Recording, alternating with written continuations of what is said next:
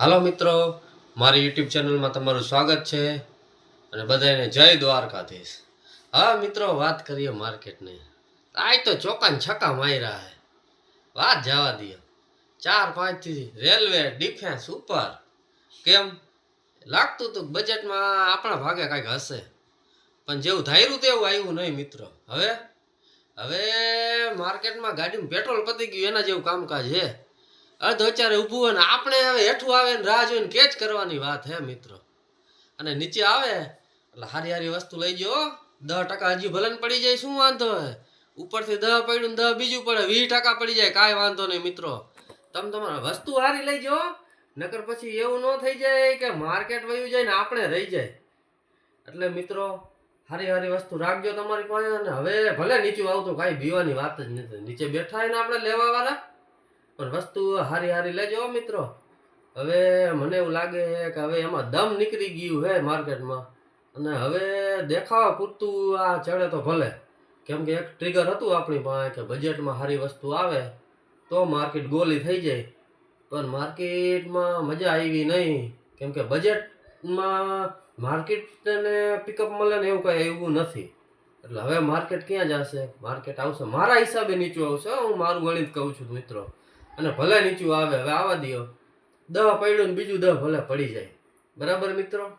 એટલે હેઠે આવે ને એટલે આપણે લેવાનું છે, હારી વસ્તુ લેવાની હો। બાકી કયો હવે મિત્રો, કાલ રજા, કાલ રવિવાર, હવે સોમવારે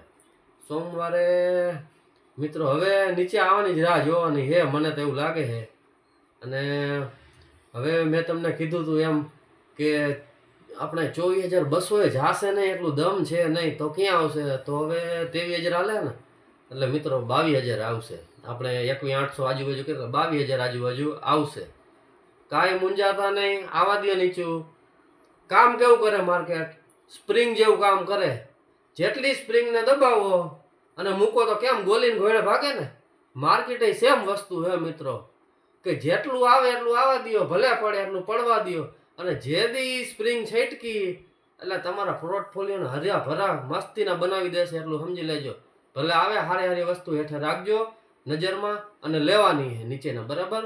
અને મિત્રો કાંઈ પણ શેર આતે કે એવરેજ ક્યાં કરવી કાંઈ કામ હોય મિત્રો, તો આપણે કોમેન્ટ કરજો, એટલે આવતીકાલના વિડીયોમાં આપણે એનો જવાબ દઈશું કે નીચે આપણે એવરેજ ક્યાં કરવી। હવે માર્કેટમાં જે દમ લાગતું હતું ને એ દમ નીકળી ગયું, માર્કેટ થઈ ગયું ખોખલું, મને એવું લાગે મારા પ્રમાણે। પછી તો હવે માર્કેટ હો ભાઈ કોઈના હાથમાં ન આવે। એટલે મિત્રો હવે નીચેની રાહ જોવાની ને હારા શેર લેવાના। બોટમ કેને ક્યાં બનાવવી એ માર્કેટ જાણે।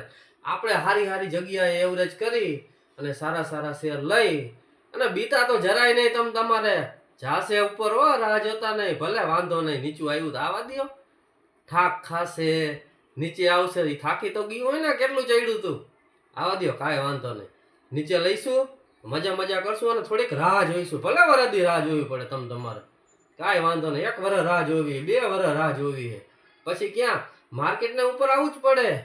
એટલે મિત્રો આજના વિડીયોમાં આટલું જ, આવતીકાલે ફરી મળશું। જય શ્રી